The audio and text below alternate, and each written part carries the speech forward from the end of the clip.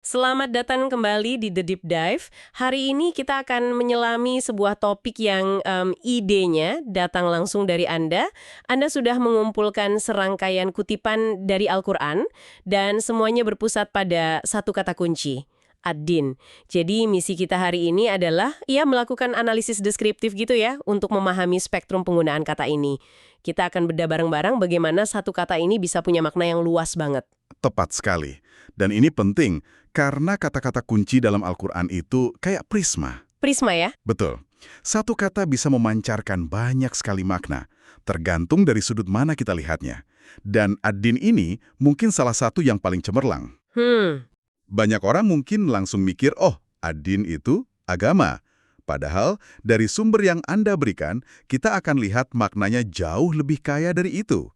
Kita akan mulai dari konsep pertanggungjawaban atau pembalasan, terus geser ke sistem kepercayaan, sampai ke makna yang paling inti, ketaatan murni. Oke, mari kita mulai dari titik yang paling fundamental. Dan mungkin yang paling dikenal banyak orang ya, makna din sebagai hari pembalasan. Saya yakin semua familiar dengan surah Al-Fatihah ayat keempat, Maliki Yaumiddin. Yang menguasai hari pembalasan. Betul, ini kan perkenalan pertama kita pada konsep ad-din di dalam Al-Quran. Betul, dan penempatannya itu strategis banget. Langsung di surah pembuka, konsep ini diperkenalkan. Yaum ad-din di sini tuh spesifik artinya. Spesifik gimana tuh? Hari perhitungan, hari pengadilan. Hari di mana semua perbuatan kita akan ditimbang dan, dibalas. Ini bukan cuma konsep teologis yang abstrak. Oh oke. Ini fondasi psikologis yang sangat kuat. Coba bayangkan deh, kalau nggak ada konsep pertanggungjawaban akhir, apa yang nahan kita dari katakanlah kecurangan-kecurangan kecil? Iya benar juga. Al-Quran seolah bilang, fondasi moralitasmu itu dimulai dari kesadaran bahwa akan ada hari perhitungan. Tujuannya bukan buat menakut-nakuti, tapi untuk kasih bobot pada setiap pilihan kita. Jadi ini semacam jangkar moral gitu ya. Dan saya perhatikan penekanan din sebagai hari perhitungan ini kental banget di bagian akhir Al-Quran. Terutama di surah pendek dari periode Mekah. Polanya jelas banget. Misalnya, di surah Al-Infitar ayat 9, ada teguran langsung. Bal tukazzibuna biddin. Bahkan kamu mendustakan hari pembalasan. Nah, Anda menangkap pola yang sangat penting di sana. Oh ya? Dan yang menarik adalah, kenapa penekanannya begitu kuat di surah-surah Makkiyah? Pada fase awal Islam di Mekah, ide akuntabilitas total di hadapan Tuhan ini konsep yang revolusioner. Revolusioner dalam artian? Masyarakat waktu itu kan fokusnya pada kehormatan suku, kebanggaan garis keturunan. Konsep bahwa seorang bangsawan dan seorang budak akan berdiri setara di hadapan pengadilan Tuhan itu, itu mengguncang tatanan sosial mereka. Masuk akal. Jadi pengulangan itu punya fungsi pedagogis yang kuat ya? Tepat. Al-Quran harus menghantam kesadaran mereka berulang kali dengan ide Yaum ad-din ini. Dan di surah Al-Infitar itu, penekanannya nggak berhenti di satu ayat. Ayat 15 bilang, Yaslauna'a yaumaddin. Mereka masuk ke dalamnya pada hari pembalasan. Terus, puncaknya di ayat 17 dan 18, ada pertanyaan retoris yang diulang. Wa ma adraka ma yaumuddin. Seolah-olah kita diajak berhenti sejenak, gitu kan? Persis. Pertanyaan wa ma adraka itu adalah gaya bahasa Al-Quran untuk menunjukkan sesuatu yang skalanya di luar imajinasi manusia. Dan pola ini kita temukan lagi di sumber Anda. Di mana lagi? Coba lihat surah Al-Mutaffifin ayat 11 yang bicara tentang pedagang curang. Alladzina yukadzibuna biyaumiddin, yaitu orang-orang yang mendustakannya. Lalu ada lagi di surah Al-Ma'un ayat 1 yang dimulai dengan pertanyaan tajam. Ara'aitalladzi yukadzibu biddin. Tahukah kamu orang yang mendustakan pembalasan? Nah, ini yang menarik di surah Al-Ma'un. Setelah bertanya siapa pendusta ad-din, jawabannya bukan soal teologi. Bukan. Itulah orang yang menghardik anak yatim dan tidak menganjurkan memberi makan orang miskin. Jadi mendustakan hari pembalasan itu bukan cuma soal kepercayaan di dalam kepala, tapi langsung kelihatan dari perilaku sosial kita ya. Persis. Ini adalah poin krusial. Al-Quran secara konsisten menghubungkan keimanan vertikal ke Tuhan dengan tindakan horizontal, yaitu kepedulian sosial. Percaya pada Yaum ad-din itu bukan dengan mengucapkannya saja, tapi dengan, yaitu tadi, tidak menghardik anak yatim. Jadi kepercayaan pada hari pembalasan adalah motor penggerak etika. Sangat jelas. Oke, jadi pondasinya adalah akuntabilitas di akhirat. Tapi itu kan nanti. Terus, gimana Al-Quran bicara tentang din dalam konteks pilihan kita sehari-hari? Saya lihat di sumber Anda ada ayat yang sangat terkenal dari surah Al-Baqarah, ayat 256. La ikroha fid din. Tidak ada paksaan dalam agama. Benar sekali, sebuah transisi yang logis. Dari fondasi kita beralih ke bangunan di atasnya. Ad-din sebagai jalan hidup ya? Betul, ayat la ikroha fiddin ini adalah piagam kebebasan berkeyakinan. Ad-din di sini jelas merujuk pada sistem kepercayaan. Ayat ini menegaskan bahwa iman itu soal kesadaran, pilihan sukarela, bukan paksaan. Iman yang dipaksa nggak ada nilainya. Tapi Al-Quran nggak berhenti di situ. Ia juga membahas kualitas dari pilihan itu. Kualitas pilihan? Maksudnya? Saya jadi ingat satu ayat di surah An-Nisa ayat 125. Nah, itu dia. Di situ ada pertanyaan. Waman ahsanu dinan mimman aslama wajhahu lillah. Siapakah yang lebih baik agamanya, dinnya, daripada orang yang ikhlas berserah diri kepada Allah? Jadi, din terbaik itu bukan sebuah label ya, tapi sebuah kata kerja ya, tentang apa yang kita lakukan. Tepat sekali, Anda menangkap esensinya. Agama terbaik atau ahsanudinan di sini tidak diidentifikasi dengan nama kelompok atau warisan. Oh, oke. Iya, didefinisikan oleh sebuah tindakan. Aslama wajhahu lillah, menyerahkan seluruh eksistensi dirinya kepada Tuhan. Ini pandangan yang sangat dinamis. Kualitas din Anda diukur dari kualitas kepasrahan Anda. Menarik. Di satu sisi, din itu sangat personal. Kayak yang dikatakan Nabi di surah Yunus. In kuntum fi syakkin min dini. Jika kamu ragu-ragu tentang agamaku, dini.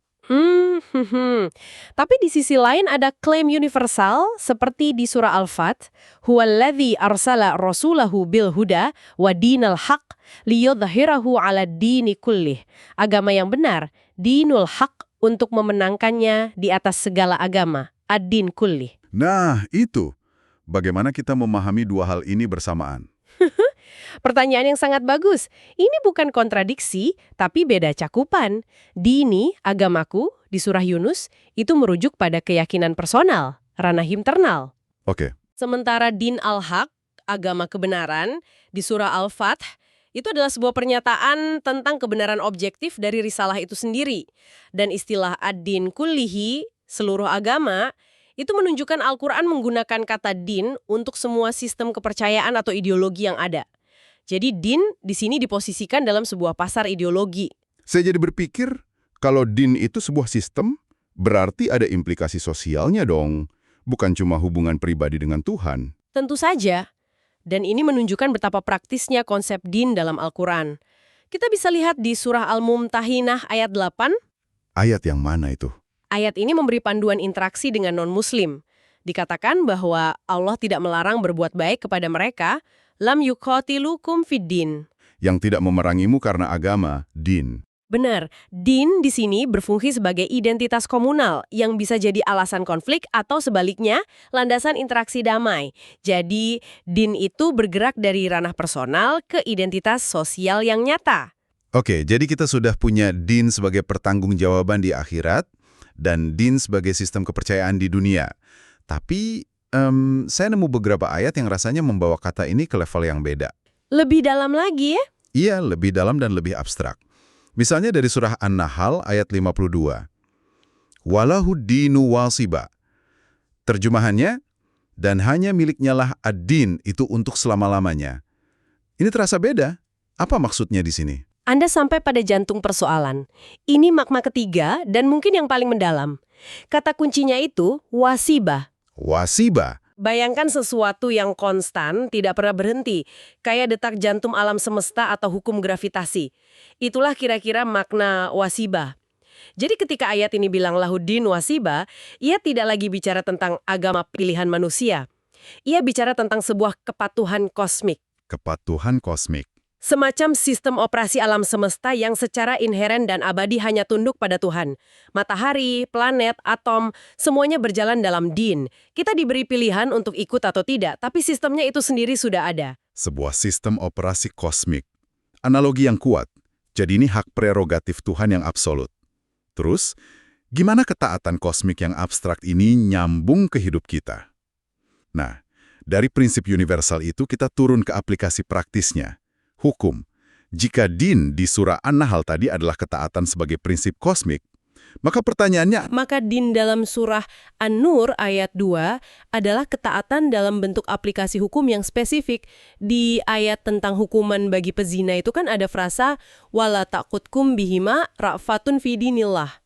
janganlah rasa belas kasihan mencegah kamu untuk menjalankan din Allah. Betul.